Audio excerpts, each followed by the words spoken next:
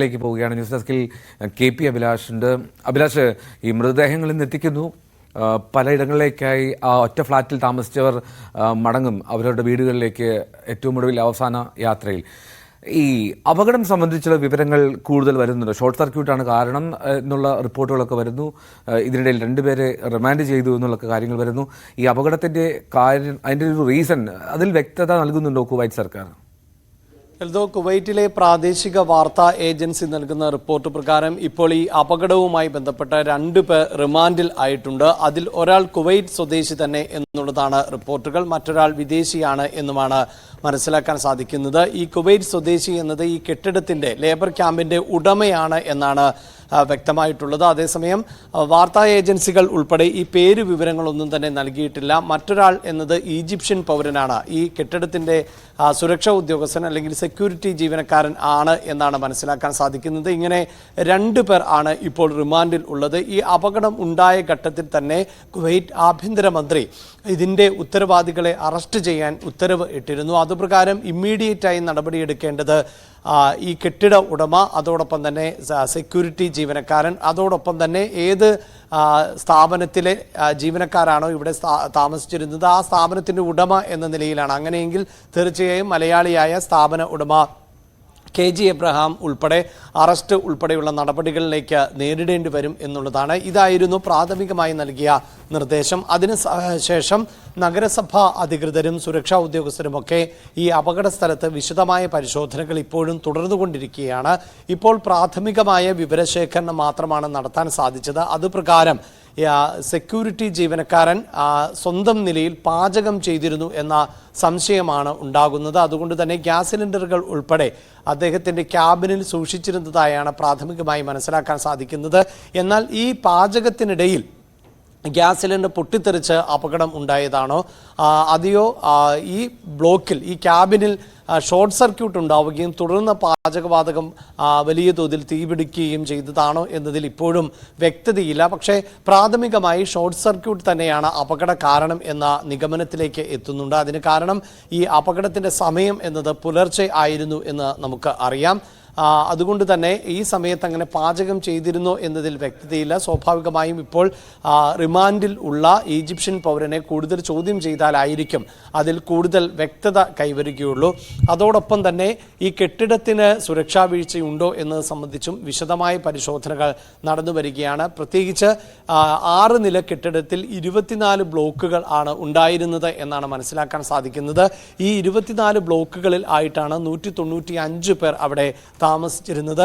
ഈ കെട്ടിടത്തെ താമസ സൗകര്യത്തിന് വേണ്ടി ഈ ബ്ലോക്കുകളായി തിരിക്കുന്നതിന് വേണ്ടിയുള്ള മെറ്റീരിയൽ എന്തായിരുന്നു എന്നത് ഈ വളരെ പ്രധാനപ്പെട്ടതാണ്. കാരണം ഈ തീ ഇത്ര പെട്ടെന്ന് ഈ പടരുവാനുണ്ടായ സാഹചര്യം, അതോടൊപ്പം തന്നെ ഇത്രയും അധികം പുക ഉണ്ടായത് ഈ ബ്ലോക്കുകൾ തിരിച്ചത് ഏത് മെറ്റീരിയൽ എന്നത് കൊണ്ട് തന്നെയാണ് എന്നാണ് പറയുന്നത്. അതായത് സാധാരണ നിലയിൽ കുവൈറ്റിൽ കർശനമായ ഈ നിർമ്മാണ പ്രവൃത്തികൾക്ക് അടക്കം കർശനമായ നിയന്ത്രണങ്ങൾ ഉണ്ട്.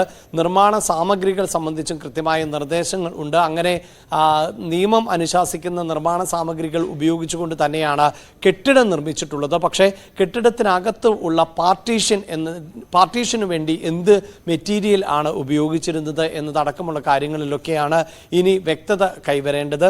അതോടൊപ്പം തന്നെ ഈ അപകടത്തിൻ്റെ വ്യാപ്തി വർദ്ധിപ്പിച്ചത് അപകടം നടന്ന സമയമാണ് എന്ന ഒരു നിഗമനത്തിലേക്ക് കൂടി ഇപ്പോൾ എത്തിപ്പെടുന്നുണ്ട്. അതായത് പുലർച്ചെ 4 മണിയോടുകൂടി ഈ വിഷപ്പുക, ഇപ്പോൾ റിപ്പോർട്ടുകൾ പുറത്തു വരുന്നതനുസരിച്ചാണ് എങ്കിൽ ഈ മരണപ്പെട്ട 46 പേരിൽ 2 പേർ മാത്രമാണ് പൊള്ളലേറ്റ് വെന്തു മരിച്ചത് എന്നാണ് പറയുന്നത്. മറ്റെല്ലാവരും തന്നെ വിഷപ്പുക ശ്വസിച്ചോ അല്ലെങ്കിൽ കെട്ടിടത്തിൽ നിന്ന് രക്ഷപ്പെടുന്നതിന് വേണ്ടി താഴേക്ക് ചാടിയോ ആണ് മരണപ്പെട്ടത് എന്നതാണ്. അപ്പോൾ ഈ വിഷപ്പുക ശ്വസിച്ചുകൊണ്ടാണ് പലരും പുലർച്ചെ ഉണർന്നത്. അതാകട്ടെ ഒരു അർദ്ധ ബോധാവസ്ഥയിൽ എന്ന് വേണമെങ്കിൽ നമുക്ക് പറയാം. പൂർണ്ണമായ അബോധാവസ്ഥയിൽ എന്ന് പറയാൻ പറ്റില്ല, ഒരു ഭാഗികമായി മാത്രം ബോധമുള്ള. കാരണം ഈ വിഷപ്പുക ശ്വസിച്ച് സ്വാഭാവികമായും ഒരു അർദ്ധബോധാവസ്ഥയിൽ മാത്രമാണ് ഇവർ ഉണർന്നത്. അതിനുശേഷം ഉണ്ടാകുന്ന എന്ത് സംഭവിച്ചു എന്ന് തിരിച്ചറിയാനുണ്ടായ ഒരു സമയം, തിരിച്ചറിഞ്ഞവർ ആകട്ടെ രക്ഷപ്പെടാൻ വേണ്ടി, അതായത് തീ പടർന്ന ഭാഗത്തുകൂടി രക്ഷപ്പെടാൻ സാധിക്കില്ലായിരുന്നു. പിന്നീട് ടോപ്പിലേക്ക് എത്തി രക്ഷപ്പെടാൻ ആണ് ശ്രമം നടത്തിയത്. പക്ഷേ നമുക്ക് ലഭിക്കുന്ന വിവരങ്ങൾ അനുസരിച്ച് ഈ കുവൈറ്റിലെ ലേബർ ക്യാമ്പുകളുടെ ഒരു പൊതു സ്വഭാവം എന്നത് ഈ റൂഫിലേക്കുള്ള എൻട്രൻസ് അടച്ചത് ആണ് എന്നാണ്.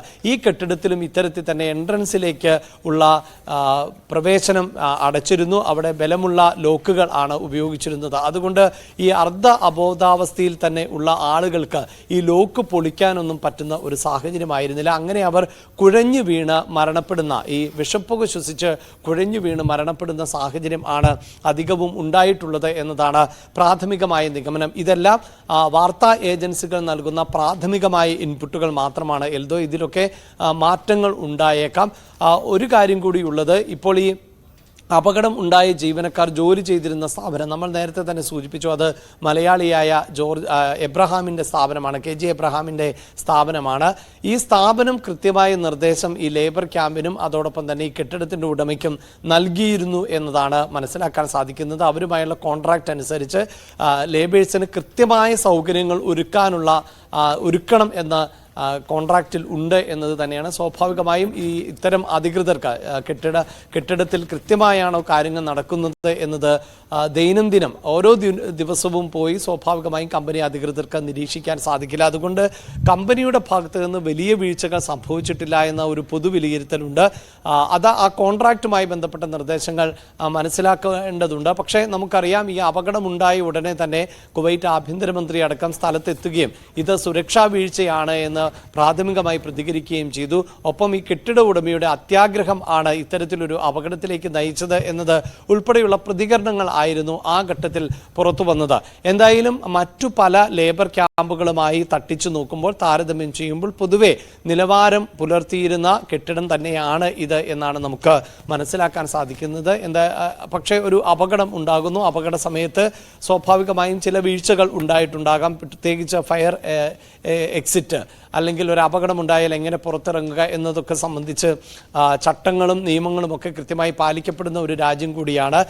മാത്രവുമല്ല, നമുക്ക് ഈ നമ്മുടെ ചാനലിൽ ഉൾപ്പെടെ കുവൈറ്റിൽ നിന്ന് നിരവധിയായ മലയാളികൾ പ്രതികരിക്കുകയുണ്ടായി. പക്ഷേ അവർക്കെല്ലാം ആ രാജ്യത്ത് തുടരുമ്പോൾ പ്രതികരിക്കുന്നതിന് ഏറെ പരിമിതികളുണ്ട്. പക്ഷേ അവിടെ നിന്ന് നമ്മൾ ഈ അപകടമുണ്ടായ സ്ഥലത്ത് നിന്നും അതിൻ്റെ പരിസര പ്രദേശങ്ങളിൽ നിന്നുമൊക്കെ ഇൻപുട്ടുകൾ പരിശോധിക്കുമ്പോൾ അക്ഷരാർത്ഥത്തിൽ ഈ അപകടം കുവൈറ്റ് ഭരണകൂടത്തെ ഞെട്ടിച്ചു എന്നാണ് നമുക്ക് മനസ്സിലാക്കാൻ സാധിക്കുന്നത്. കാരണം കുവൈറ്റ് എന്നത് വളരെ ചെറിയ ഒരു രാജ്യമാണ്. ഒരു സിറ്റി സ്വഭാവമുള്ള, ഒരു നഗര സ്വഭാവമുള്ള, വളരെ കുറച്ച് മാത്രം ജനസംഖ്യയുള്ള, ഏതാണ്ട് 40 ലക്ഷത്തോളം മാത്രം വരുന്ന ജനസംഖ്യയുള്ള, കേരളത്തിലെ ഒരു നഗരപ്രദേശം എന്ന് മാത്രം വിശേഷിപ്പിക്കാവുന്ന സ്വഭാവത്തിൽ ഉള്ള ഒരു രാജ്യമാണ്. ആ രാജ്യത്ത് ഈ സുരക്ഷാ നിയമങ്ങളൊക്കെ കർശനമാണ്. അതുകൊണ്ട് തന്നെ വലിയ അപകടങ്ങളോ ഒന്നും തന്നെ അവിടെ ഉണ്ടാകാറില്ല. മറ്റ് പല രാജ്യങ്ങളെയും പോലെ അവിടുത്തെ ഈ സുരക്ഷാ ഉദ്യോഗസ്ഥർ ഉൾപ്പെടെ അത്ര വലിയ ട്രെയിൻഡ് അല്ല. കാരണം അങ്ങനെ വലിയ അപകടങ്ങളെയും ദുരന്തങ്ങളെയും ഒന്നും നേരിടേണ്ട സാഹചര്യം അവർക്കുണ്ടായിരുന്നില്ല. ഈ തീപിടുത്തം ഉണ്ടായ ഒരു ഘട്ടത്തിൽ ഭരണകൂടം പോലും പകച്ചു പോകുന്ന ഒരു സാഹചര്യമാണ് ഉണ്ടായത് എന്ന് പൊതുവെ അവിടുത്തെ ആളുകൾ പറയുന്നൊരു സാഹചര്യമുണ്ട്. അത് ആ ഭരണകൂടത്തിൻ്റെ വീഴ്ചയായല്ല, മറിച്ച് അത്രമേൽ സുരക്ഷിതമായി നിയമങ്ങളുമൊക്കെ പാലിക്കപ്പെടുന്ന ഒരു രാജ്യത്ത് സ്വാഭാവികമായി ഇങ്ങനെ ഒരു വീഴ്ച സംഭവിക്കാനുള്ള സാധ്യതകൾ വളരെ കുറവായിരുന്നു. അതുകൊണ്ട് തന്നെ ഈ സുരക്ഷാ ഉദ്യോഗസ്ഥർ ഒരു ഘട്ടത്തിൽ അതിവേഗം ഈ അതായത് രക്ഷപ്പെടാൻ ശ്രമിക്കുന്നവരെ രക്ഷപ്പെടുത്തുക എന്ന ദൗത്യത്തിൽ തന്നെയായിരുന്നു ഏർപ്പെട്ടത് എന്നാണ് നമുക്ക് മനസ്സിലാക്കാൻ സാധിച്ചത്. അപ്പോഴേക്കും വലിയൊരു വിഭാഗം ആളുകൾ മരണത്തിന് കീഴടങ്ങിയിരുന്നു എന്നത് തന്നെയാണ് വസ്തുത. എന്തായാലും സുരക്ഷാ പാളിച്ചകൾ ഉണ്ടോ, നിയമങ്ങൾ പാലിച്ചുകൊണ്ടാണോ ഈ കെട്ടിടം പ്രവർത്തിക്കുന്നത് എന്നതുൾപ്പെടെയുള്ള കാര്യങ്ങളിൽ വ്യക്തത കൈവരേണ്ടതുണ്ട്.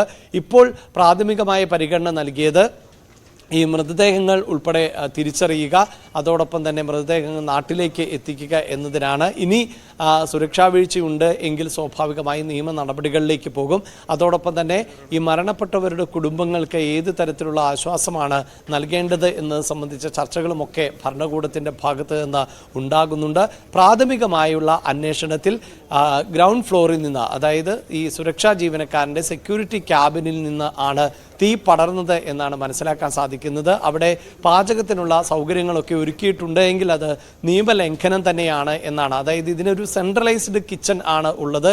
ആ കിച്ചണിൽ ഭക്ഷണം എല്ലാവർക്കും വിതരണം ചെയ്യുന്ന ഒരു രീതിയാണ് ആ കെട്ടിടത്തിന് ഉണ്ടാകേണ്ടിയിരുന്നത്. അതിനപ്പുറത്ത് മറ്റാർക്കും പാചകം ചെയ്യുവാനോ ഒന്നും തന്നെയുള്ള അനുമതി ഇല്ലാത്ത കെട്ടിടമാണ്, നിയമപരമായി അനുമതിയില്ലാത്ത കെട്ടിടമാണ്. അങ്ങനെയുള്ള കെട്ടിടത്തിൽ പാചകം നടന്നിട്ടുണ്ട് എങ്കിൽ തീർച്ചയായും അത് നിയമവിരുദ്ധം തന്നെയാണ്. അങ്ങനെ പാചകത്തിനുള്ള ഒരുക്കങ്ങളോ സംവിധാനങ്ങളോ ഒക്കെ ആ കെട്ടിടത്തിൽ ഉണ്ടായിരുന്നോ എന്നത് തന്നെയാണ് ഇപ്പോഴും പ്രാഥമികമായി പരിശോധിക്കുന്നത്. വലിയ തോതിലുള്ള തീപിടുത്തം ആണ് ഉണ്ടായത്. വലിയൊരു ഭാഗം അഗ്നിക്ക് ഇരയാക്കപ്പെട്ട സാഹചര്യം ആണ് ഉള്ളത്. നമ്മൾ നേരത്തെ സൂചിപ്പിച്ചതുപോലെ ഈ നിർമ്മാണത്തിന് അടക്കം മറ്റ് യോഗ്യമല്ലാത്ത അല്ലെങ്കിൽ ക്വാളിറ്റി കുറഞ്ഞ മെറ്റീരിയലുകൾ അടക്കം ഉപയോഗിച്ചിട്ടുണ്ടോ എന്നതൊക്കെ വിശദമായി പരിശോധിച്ച ശേഷം മാത്രമേ നമുക്ക് എത്രത്തോളം കുറ്റകരമായ അനാസ്ഥ അധികൃതരുടെ ഭാഗത്ത് നിന്ന് ഉണ്ടായിട്ടുണ്ട്, ഈ ക്യാമ്പ് നടത്തുന്ന ഈ ബിൽഡിംഗ് ഓണറിൻ്റെ ഭാഗത്ത് നിന്ന് വലിയ വീഴ്ച സംഭവിച്ചിട്ടുണ്ടോ, സുരക്ഷാ ഉദ്യോഗസ്ഥൻ്റെ ഭാഗത്ത് നിന്ന് ഏതൊക്കെ തരത്തിലുള്ള വീഴ്ചയാണ് സംഭവിച്ചിട്ടുള്ളത്, അതോടൊപ്പം തന്നെ കമ്പനി, നമുക്ക് കമ്പനിയെയും പൂർണ്ണമായും മാറ്റി നിർത്താൻ സാധിക്കില്ല. മലയാളിയുടെ ഉടമസ്ഥതയിൽ ഉള്ള കമ്പനി തന്നെയാണ് NBTC എന്ന കമ്പനി. ആ കമ്പനിയുടെ ഭാഗത്ത് നിന്ന് ഏതെങ്കിലും തരത്തിലുള്ള വീഴ്ച ഉണ്ടായിട്ടുണ്ടോ, ആവശ്യത്തിൽ അധികം അല്ലെങ്കിൽ ഉൾക്കൊള്ളാവുന്നതിലധികം ആളുകളെ അവിടെ പാർപ്പിക്കാൻ കമ്പനിയുടെ ഭാഗത്ത് നിന്ന് നിർദ്ദേശമുണ്ടായിരുന്നു എന്നതിലൊക്കെ വ്യക്തത കൈവരേണ്ടതുണ്ട്. എന്തായാലും നിയമപരമായ അല്ലെങ്കിൽ ഏതെങ്കിലും തരത്തിൽ സുരക്ഷാ വീഴ്ച ഉണ്ടെങ്കിൽ ഒരു വിട്ടുവീഴ്ചയ്ക്കും അവിടെ സാധ്യതയില്ല. കൃത്യമായ കർശനമായ നിയമങ്ങൾ ഉള്ള ഒരു രാജ്യം കൂടിയാണ്. അവിടുത്തെ ഭരണകൂടം കൃത്യമായ നടപടികളിലേക്ക് നീങ്ങും എന്നാണ് നമുക്ക് മനസ്സിലാക്കാൻ സാധിക്കുന്നത്. ഒപ്പം കമ്പനിയും ഏത് തരത്തിൽ ആണ് ഇതിന് ഈ നഷ്ടപരിഹാരം നൽകേണ്ടത്, ഈ കുടുംബങ്ങളെ സഹായിക്കേണ്ടത് എന്നതുൾപ്പെടെയുള്ള കാര്യങ്ങളിൽ ചർച്ചകൾ നടത്തുന്നുണ്ട്. ഇന്നലെ തന്നെ ന്യൂസ് 18 കമ്പനി പ്രതിനിധി അവർക്ക് നഷ്ടപരിഹാരം നൽകുമെന്നും ഒപ്പം ഈ മരണപ്പെട്ട ചിലർക്ക് വീടുകൾ ഉൾപ്പെടെ ഇല്ലാത്ത ഒരു സാഹചര്യമുണ്ട്, സാമ്പത്തികമായി വലിയ പരാധീനതകൾ നേരിടുന്നവർ ആണ്, അവരുടെ കുടുംബങ്ങൾക്ക് വീട് വെച്ച് നൽകും എന്നതുൾപ്പെടെയുള്ള കാര്യങ്ങൾ വ്യക്തമാക്കി കഴിഞ്ഞിട്ടുണ്ട്. എൽദോ എന്നാലും റവന്യൂ മന്ത്രി കെ രാജൻ ഉൾപ്പെടെ അവിടെ നെടുമ്പാശ്ശേരി വിമാനത്താവളത്തിൽ എത്തിച്ചേർന്നിട്ടുണ്ട്. KP അഭിലാഷ് സൂചിപ്പിച്ചതുപോലെ ആ ക്യാമ്പ് മറ്റ് ക്യാമ്പുകളൊക്കെ വെച്ച് നോക്കുമ്പോൾ ലേബർ ക്യാമ്പ് അത്ര മോശം സാഹചര്യമായിരുന്നില്ല. പക്ഷെ അപ്പോഴും അവിടെ ഒരു ചട്ടലംഘനമൊക്കെ ഉണ്ടായിരുന്നു എന്നുള്ളതിലാണ് കുവൈറ്റ് സർക്കാരിൻ്റെ അന്വേഷണം നടക്കുന്നത്. എന്നാലും നമ്മൾ കൊച്ചിയിൽ നിന്നുള്ള നെടുമ്പാശ്ശേരിയിൽ നിന്നുള്ള ദൃശ്യങ്ങളാണ് ഇപ്പോൾ പ്രേക്ഷകർ കണ്ടുകൊണ്ടിരിക്കുന്നത്.